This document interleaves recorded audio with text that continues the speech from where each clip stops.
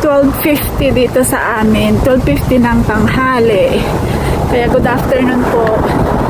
Good morning naman sa inyo kung nasa Pinas kayo. Sana po all well, malusog ang lahat. At sana po lahat tayo walang karamdaman. At sana kumain na ang lahat. Ito po, lakad is life.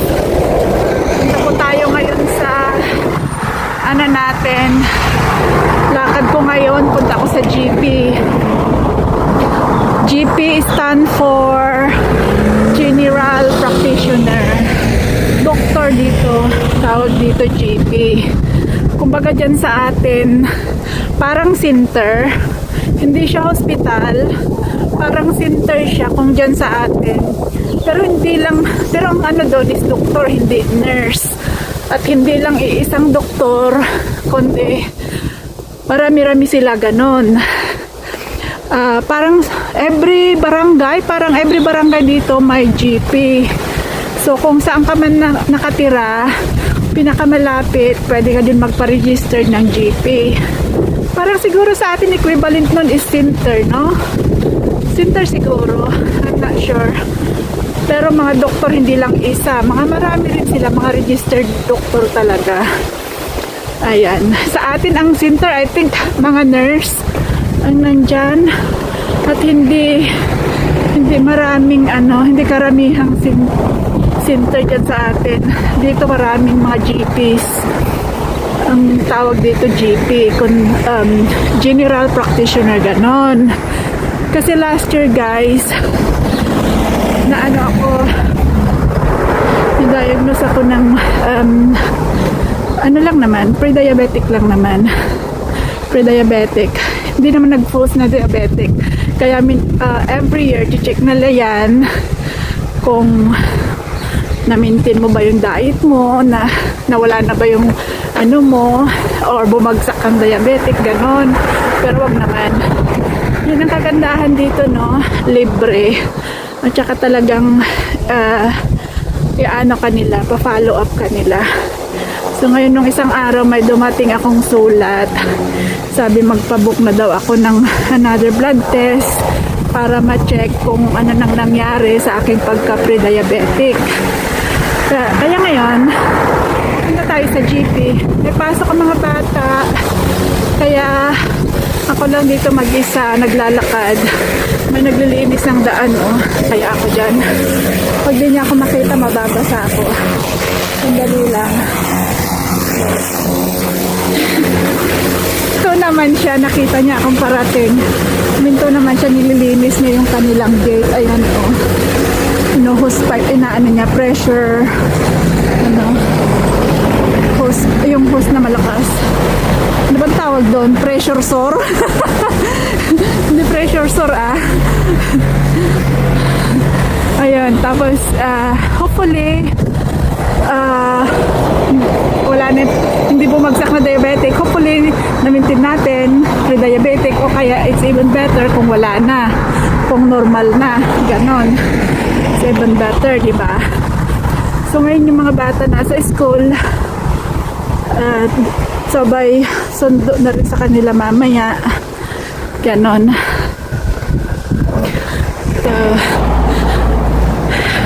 So ang oras ng appointment natin is 1:35. Ngayon ay 5 to 1, 5 minutes to 1. May 30 minutes pa naman tayo maglalakad. 1:35 yung appointment natin, kaya pwede tayong mag hinay-hinay lang ng lakad. Tapos 1:35, tapos tayo mga siguro alas 2. Tama-tama maglakad-lakad tayo konti sa town siguro. Tapos sundo na ng mga bata. Ganun. Malapit na naman ang school holiday guys. Naku, mapapasabak na naman tayo ng mga lakaran. Pag school holiday, labas natin yung mga bata. Lakad is life na naman. Pero may pasok pa rin ako kahit school holiday guys. Pasok pa rin kami. Kaya pag gali ako ng night, ayun na naman yung mga bata. Kung di sila mailabas na maaga, sa bahay lang na naman sila, mamumuhay ng sarili. magpapainit ng makain nila, kaya magluluto ng itlog pag ayaw ng ulam na niluto, ganon. Luluto sila ng itlog o kaya gagawa ng ham sandwich, ganon. Wala wala naman tayong maibang masahan sa sarili mo, asahan mo, ganon. Ganon lang yon.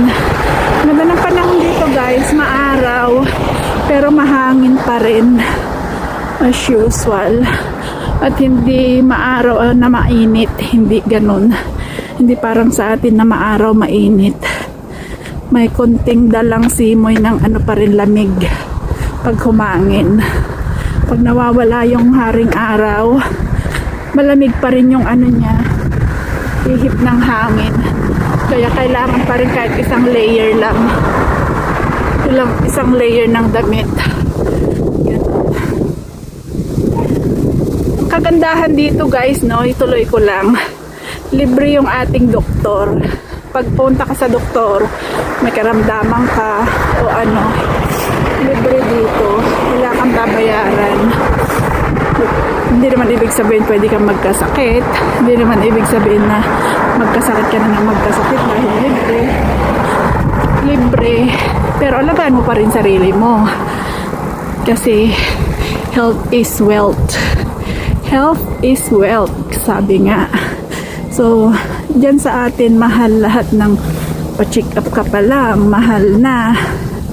Dito, pag may mga ganyang sakit, may karamdaman ka, libre lang. Kahit mga, depende kung sa prescription na gamot na bibigay sa'yo, depende kung entitled ka ng libre, pwedeng entitled ka. Kasi tatay natin may ano siya, maintenance siya sa paa, gout, sa katandaan na guys. Yun, binabayaran niya yun, hindi siya entitled dun, pero libre sa check up at lahat.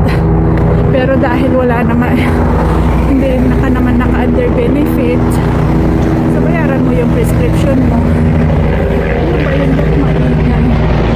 May ano pala sa kalangitan kaya maingay. Kung halimbawa buntis ka or ano, libre pa prescription mo, kahit dental mo, libre kung buntis. Kung naka-under benefit ka sa gobyerno, libre lahat. Kahit na maintenance na gamot, gano'n. Pero at least kung halimbawa pirahan ka or ano, libre dito. Yun ang kagandahan. Doon ka babawi sa mga tax na binabayaran natin. So, ganon. Ayan. So, pero as I said, hindi porkit libre din magkasakit, no? Hindi pa rin dapat. Hindi pa rin. So far, wala man tayong sakit-sakit. Yun lang. Dahil tumatanda na, chine-check na nila yung mga blood test. So, nung last na blood test ako, yun nga, pre-diabetic nga. Pero pag naging, touch wood lang, kung naging diabetic ka, nagiging free ka na rin. Free kahit na eye test.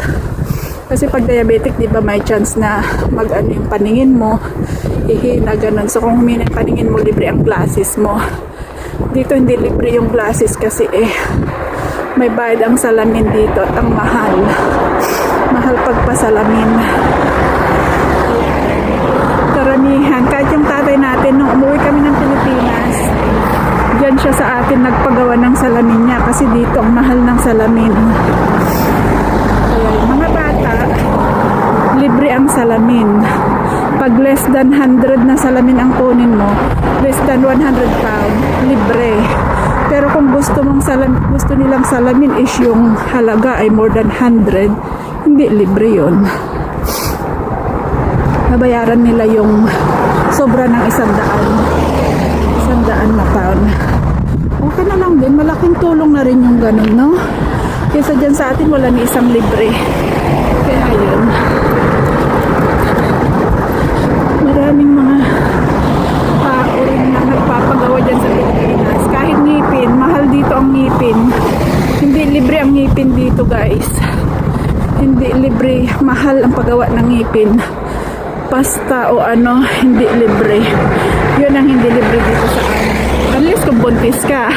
Pero alangan naman na magbuntis ka na lang lagi, no? So, ayun guys, it's 1 o'clock na. Dito pa rin tayo sa daan, pero okay lang, hindi naman kalayuan. Lapit naman lang yung pupuntahan natin. Kaya, chill-chill lang ang paglalakad. See you guys! Nandito na tayo sa my train station. Pero hindi tayo dyan dadaan. Lampasan natin tong train station. Kasi iba ang way ng papunta dun sa GP, sa doktor namin. Iba yung way niya. Iba rin yung way papunta ng school. Kaya instead na pa-right tayo, pa-diretso lang tayo. Hindi tayo liliko. Diretso lang ng diretso. Yung pag nagsundo na magwata sa school, sa kanan, papunta ng forest. Eh ngayon, diretso lang tayo. Okay? Yan. Ito yung daan papunta ng school. Paliko dyan. May sasakyan naman. Roundabout kasi yan. Ayan yung school. Papunta ng school sa may forest. Yan. Pero dito tayo dadaan. Diretso lang. Ito yung pupunta ng GP. Pero tawid tayo guys, I think. Mas maganda sa kabila. Tayo sa kabila. Mas maganda. Ayan. Dito tayo sa kabila. Dito. Ayan. At lakad lang. Diretso lang to hanggang sa GP.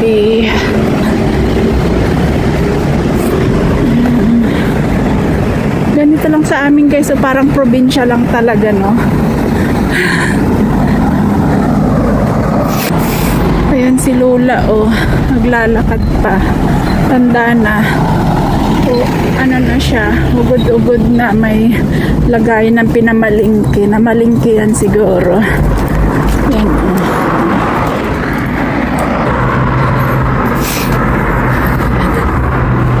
Lula.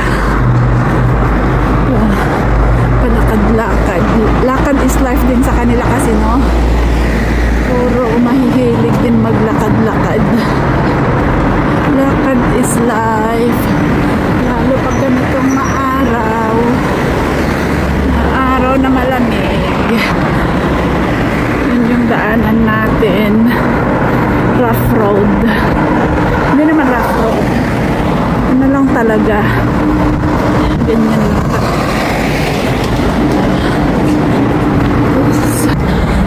Isa pa nasadyain ko sa town guys. Punta ko ng Oriental. Kasi bibili ako ng ano, ng black sauce at saka vinegar. Wala kaming soy sauce.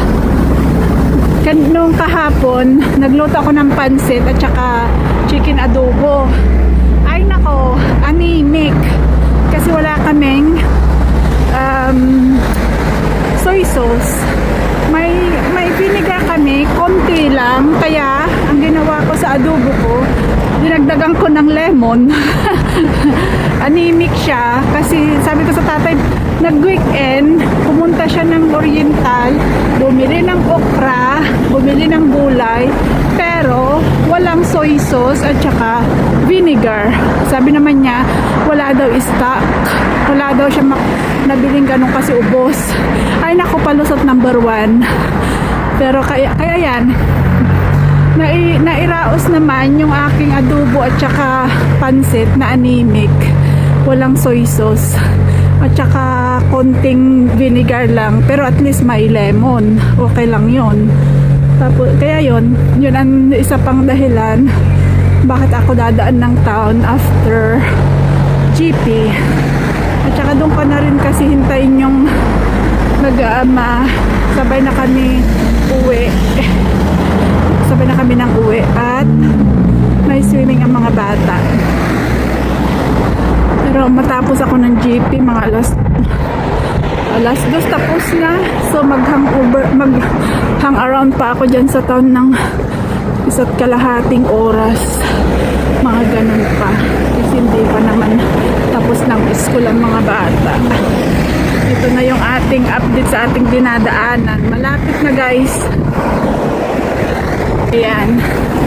Ito na, malapit na tayo sa GP. Ganda ng area na to guys. Oh. Diba? So, diretso na lang yan. Tapos kakaliwa tayo sa dulo. At ayun ang ating GP. Ilang kimbot na lang, andun ang ating GP.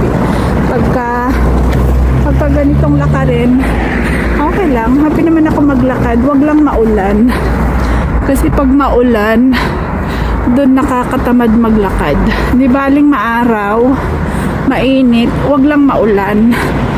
Di ba? Di baling malamig, di baling mahangin, wag lang maulan. Kasi pag maulan, di baling mahangin o malamig, I don't mind. Maaraw na mainit, I don't mind. Wag lang talaga ulan. Siguro nakaka-relate yung mga andito. Nakaka-relate sila guys sa ganong attitude. Attitude talaga. Ayun guys, kumusta buhay? Mga palaro natin guys, hindi nyo naman napapanood. May 3 video kami na may palaro. Sabi ng mga bata, Kuskus daw. Wala naman, di naman nasasagot. Kaya, sorry na lang guys. Sorry na lang kids. Walang sumasagot. Wala. Ayan lang. Pero thank you pa rin sa support guys. Kahit na mga ganito lang. Napapanood ng 5 minutes, 10 minutes. Okay na yon. For now, salamat. Maraming salamat sa mga nagmamahal at magmamahal pa. Diba? Thank you po. See you again mamaya. Update. At dito na nga tayo guys. Sa GP natin.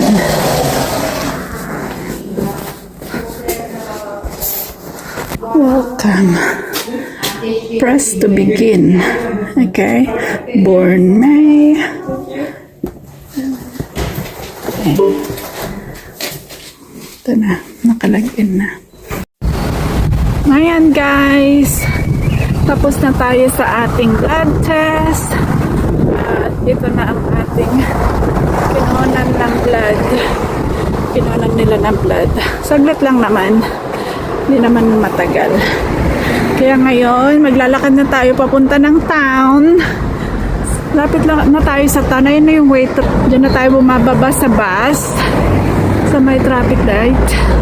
After ng traffic light, may bus stop dyan. Kung saan tayo bumababa pag nag-bus tayo. Tapos lalakad tayo dito. Papunta ng Waitrose. So, dito tayo ngayon sa taas. Pag naglakad tayo, doon tayo sa baba. Kita niyo yan, sa baba. Pag tayo naglakad, ayan yung forest sa baba. Pero sa ibang way tayo dumaan, dito tayo sa taas. So, lakad tayo dito, tatawid. Wala namang car, tara na. Bastos. Ayan, dito na tayo. Ito na yung Waitrose kung saan dito tayo bumababa. Diyan sa may bus stop dyan. Bumababa. Ayan yung daanan pag naglakad tayo. Dito sa baba. Diyan sa ilalim. Ayan. Yung underground. Pag naglakad tayo sa train station banda. Dahil hindi tayo naglakad doon, sa taas tayo dumaan. Ibang way naman. Pero ito pa rin, same pa rin ang pupuntahan. So, ang unahin ko ngayon guys, ay punta tayo sa town. Lalakad tayo dun saglit. Titingin lang po ano makikita. Tapos dadaan tayo sa Oriental. Pag unahin ko kasi ang Oriental, mabigat ng bitbitin guys. Bitbitin yung mga soy natin, mga soy sauce natin, mga vinegar natin. Kaya unahin natin dun sa town. Lakad-lakad lang ng konti. Maaga pa naman kasi para sa mga bata. Wala pang alas 12 eh. Oh, sugar. 1:35. Maaga yung ano, natapos yung aking GP. Yung aking pag-ano ng blood. Maaga natawag eh. Baka may nag-cancel. Kaya napaaga tayo natawag. Pero okay lang. Mas marami tayong time maglakad-lakad. Ibig sabihin, mas marami tayong ma-spend na pera pag ganon. Ganon ba yun? Pag the more time na maglalakad-lakad sa town, the more na mag-i-spend ka ng money. Ganon. Ano ko sa temptation pag nasa town ako, guys. Pag may nakita ako, minsan ayaw kong bitawan. Sabi ng tatay natin, huwag ganon. Magtingin-tingin ka, shopping-shopping, ano lang, bitawan mo, ganon. Tapos, pag-isipan mo kung talagang kailangan daw, saka kukunin. Pero kung hindi naman kailangan, huwag na daw. Ganon daw yun. Pero ako kasi minsan pag nahawakan ko, pag nasa isip ko gusto ko, kinukuha ko na agad. Ganon. Kaya yun ang mahirap minsan sa akin. Pero okay lang din kasi nagagamit lang din naman minsan.